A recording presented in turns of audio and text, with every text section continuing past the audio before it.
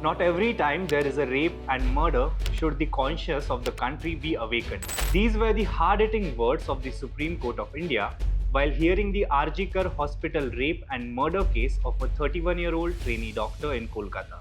But just 400 kilometers away, in Odisha's Bhubaneswar, another young woman met a similar tragic fate. Harassed, molested and tortured by her ex-boyfriend, she saw no way out but to end her life. The only difference, she wasn't an Indian national. She was a Nepali student at the Kalinga Institute of Industrial Technology, KIIT, a private university in Bhubaneswar.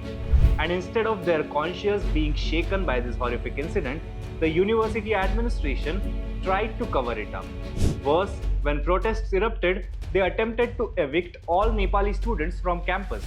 The situation spiraled to the point where Nepal's Prime Minister KP Sharma Oli had to step in.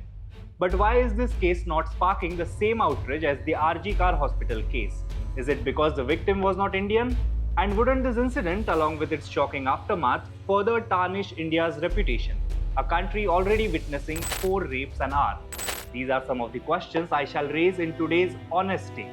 Hello, my name is Tejas and you are watching Lokmat Times. Before we move ahead, a quick request. Please subscribe to our channel and share this video so we can reach a wider audience. A third-year BTech student of KIIT, whose name we will not reveal due to Supreme Court guidelines, allegedly died by suicide in her hostel room, triggering unrest on campus. The student's cousin filed a complaint at the InfoCity police station, alleging that she was being blackmailed by a male student from the same university, which may have led to her suicide. The police filed an FIR for blackmailing. However, the accused had already fled Bhubaneswar by then. After the victim was found hanging in her hostel room, Nepali students started protesting inside the campus on Sunday night. Their complaint?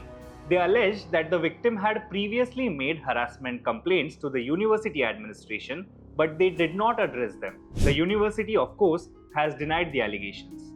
What did the university do instead? They allegedly used their security to beat up protesting students. They told the Nepali students that the university feeds 40,000 students, which is greater than the GDP of Nepal, their country of origin. This was, of course, not racist. Don't trust me? Watch this video of KIIT professors angrily confronting Nepali students for protesting. 40,000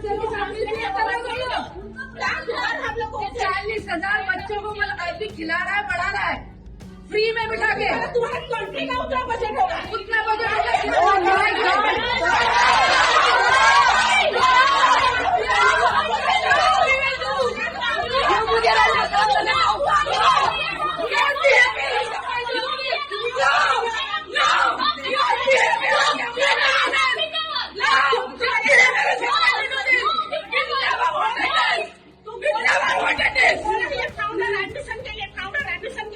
After the university tried to forcibly evict the Nepali students, the Prime Minister of Nepal, KP Sharma Oli, intervened.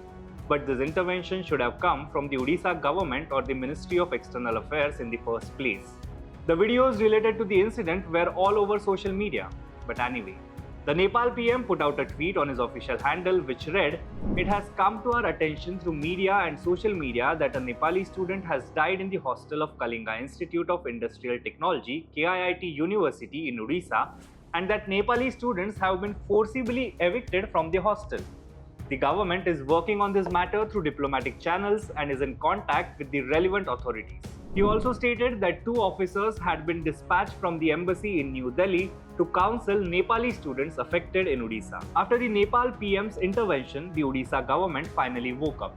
State Higher Education Minister Suryavanshi Suraj called the incident unfortunate, noting India and Odisha's positive relationship with Nepal. Following the Chief Minister's directives, the state government treated the matter with utmost seriousness. Police arrested a student for allegedly harassing the BTech student who died by suicide. KIIT should not have evicted the Nepali students. The Odisha government arranged buses to bring back the Nepali students from Cuttack railway station, Suraj told reporters. For now, the eviction notices served to Nepali students have been withdrawn.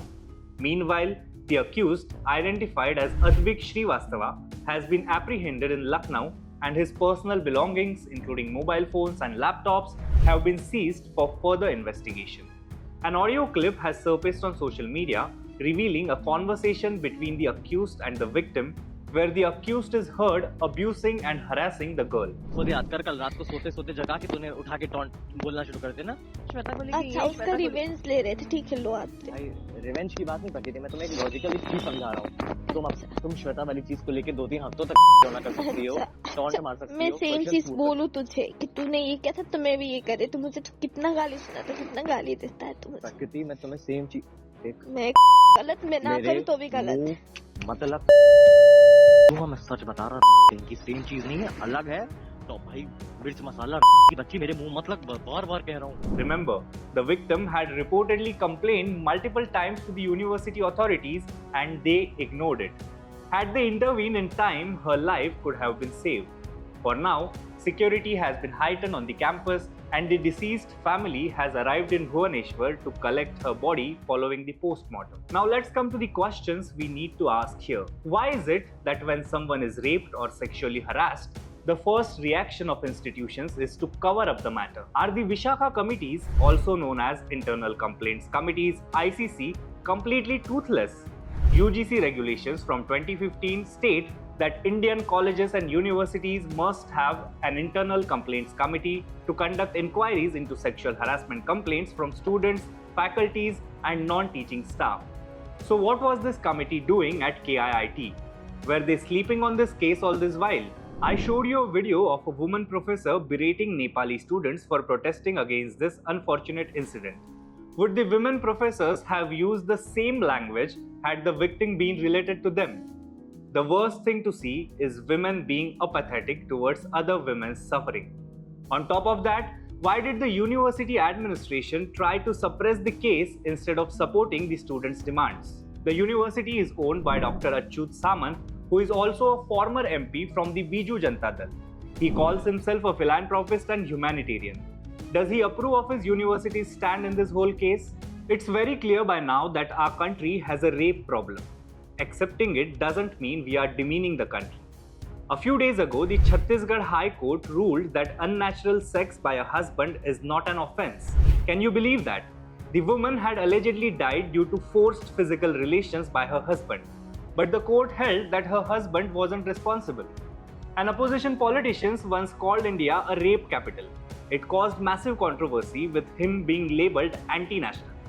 But when high courts don't find a husband raping his wife to death as a problem, or an educational institute doesn't find it necessary to help a girl who is being molested, then there is a real problem. Very often, women face sexual harassment at their schools, colleges, workplaces, and even at home. But they don't seem to find the courage to report the problem. Why? Because they fear being shamed and they know nothing will happen to the molester. We hope and pray that the deceased student of KIIT gets justice and gets justice as soon as possible. No family should ever have to collect their daughter's dead body from another country. That's all for now. We will see you in another episode of Honest Take. Keep watching Lokmat Times still.